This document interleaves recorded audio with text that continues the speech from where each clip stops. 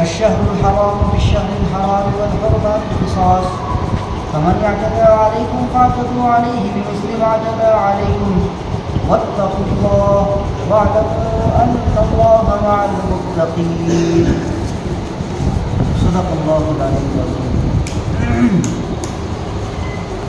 ایک لمبے وقفے کے بعد دوبارہ قرآن کریم کی تفسیر شروع ہو رہی ہے۔ تو قرآن کریم نے پیچھے قصاص کے بارے میں بات کی تھی اور اس سے پہلے رمضان کے مہینے کے متعلق قرآن کریم نے بتایا تھا۔ اب قرآن کریم مہینوں کے افضل اور ان کی برتری اور مہینوں کی جو عظمت ہے اس کے متعلق بیان فرما رہا ہے۔ اسلام میں ایک بات یاد رکھنا کہ اوقات بھی محترم ہوتے ہیں اور مکان بھی محترم ہوتے ہیں، یعنی جگہیں۔ کچھ وقت بہت محترم ہیں، کچھ جگہ بہت محترم ہیں۔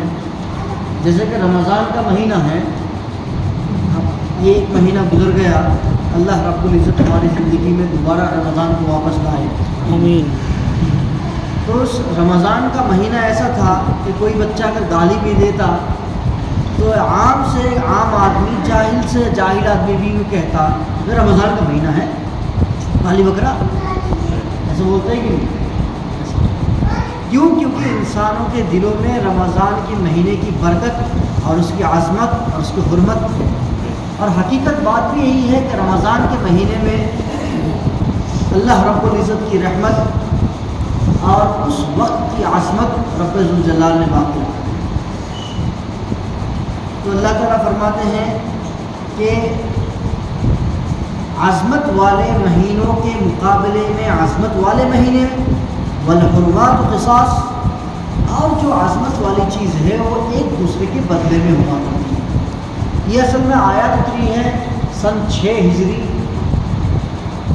کے درمیان، جب آپ علیہ السلام مدینے سے اپنے تمام صحاباؤں کے ساتھ عمرہ کرنے کے لیے مکہ آتے ہیں، تو راستے میں ہی حدیبیہ نامی ایک جگہ ہے۔ اس موقع پر حدیبیہ پر کفار مکہ نے، مشرکین مکہ نے آپ علیہ السلام کو روکا اور کہا آپ مکہ میں نہیں آ سکتے،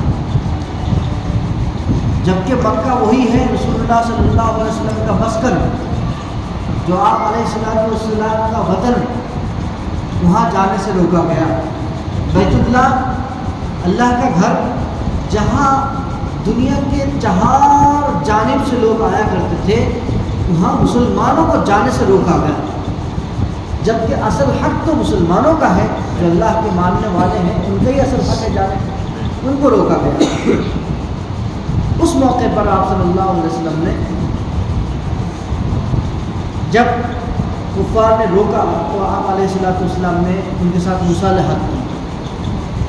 اس سے پہلے یہ ہو جاتا ہے کہ حضرت عثمان غنی رضی اللہ تعالیٰ عنہ کے متعلق یہ ایک افواہ اڑائی جاتی ہے کہ ان کو قتل کر دیا گیا، شہید کر دیا گیا۔ تو تقریباً 1400 صحابہ مل کر ایک درخت کے نیچے یہ ہاتھ پر ہاتھ رکھ کے یہ بیعت آپ صلی اللہ علیہ وسلم کے پر بیعت کرتے ہیں، وعدہ لیتے ہیں کہ ہم ان کے خلاف جنگ کریں گے اور اینٹ سے اینٹ بجا دیں گے۔ جب کفار نے دیکھا کہ حالات بہت نازک ہیں، مسلمان اس وقت جو ہیں بہت زیادہ بفرے ہوئے ہیں، تو کفار نے موقع دیکھ کر کہا کہ بھیا لڑا نہ جائے، بلکہ کیا کیا جائے، ان کے ساتھ مصالحت کر لی جائے۔ خیر یہ بہت لمبا واقعہ انشاءاللہ آئندہ ہفتہ آپ کو سنا دیا جائے گا۔ تو اللہ رب العزت فرماتے ہیں کہ چونکہ یہ ذی القعدہ کا مہینہ ہے، اس لیے اس مہینے میں، یہ مہینہ محترم مہینہ ہے، اس مہینے میں لڑائی جھگڑے یا تلواریں نہ نکالی جائے۔ افضل مہینہ ہے، بہتر مہینہ ہے۔ جیسے رمضان کے مہینے میں ہم لڑتے جھگڑتے کم ہیں، خیر ہمارے یہاں تو ایسا نہیں ہے، ہم لڑائی جھگڑے اور لمٹ سے بڑھا دیتے ہیں۔ تو اس لیے اللہ رب العزت فرماتے ہیں کہ الشہر الحرام بالشہر الحرام والحرمات قصاص، یہ جو حرمت والی چیزیں ہیں، عظمت والی چیزیں ایک دوسرے کے بدلے میں ہیں۔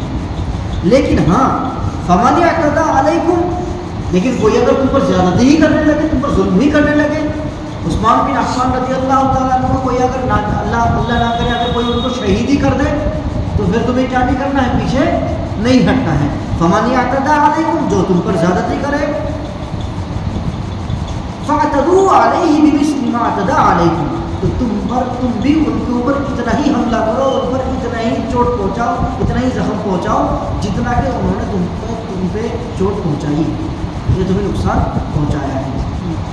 واتقوا اللہ، اور اللہ تعالیٰ سے ڈرتے رہو. واعلموا ان اللہ مع المتقین، اور اللہ تعالیٰ تقوی اختیار کرنے والوں کو، اللہ سے ڈرنے والوں کو اللہ تعالیٰ بہت پسند ہے. یہاں پر ایک نقطہ بیان کرنا ہے، بات کرنا ہے. نقطہ یہ ہے، حضرت موسیٰ علیہ السلام کے دین میں ان کے جو مسلک تھا، اللہ رب العزت نے جو ان کے لیے قانون اتارا تھا، اس قانون میں یہ تھا کہ کسی نے اگر ایک تھپڑ مارا تو بدلے میں 2 تھپڑ مارا، ایک مکہ مارا بدلے میں 2 مکہ، کسی نے ایک جگہ سے کاٹا بدلے میں 2 جگہ سے کاٹے. بنی اسرائیل کے بعد حضرت موسیٰ علیہ السلام کے قانون جب ختم ہو جاتی ہے، تو شریعت ختم ہونے کے بعد جب حضرت عیسیٰ علیہ السلام کی شریعت آتی ہے، ان کا قانون آتا ہے، تو شریعت میں یہ ہے، حضرت عیسیٰ کا قانون یہ ہے کہ اگر کسی نے ایک گال پہ تھپڑ مار دیا تو دوسرا گال آگے کو فوراً اس کے برمقابل اترنا نہیں ہے، انتقام نہیں لینا ہے. حضرت عیسیٰ علیہ السلام کی شریعت ختم ہونے کے بعد پھر اللہ رب العزت نے آقا علیہ السلام کے اسلام قانون اتارا ہے. اس قانون میں برابری رکھی گئی ہے، انصاف رکھا گیا ہے.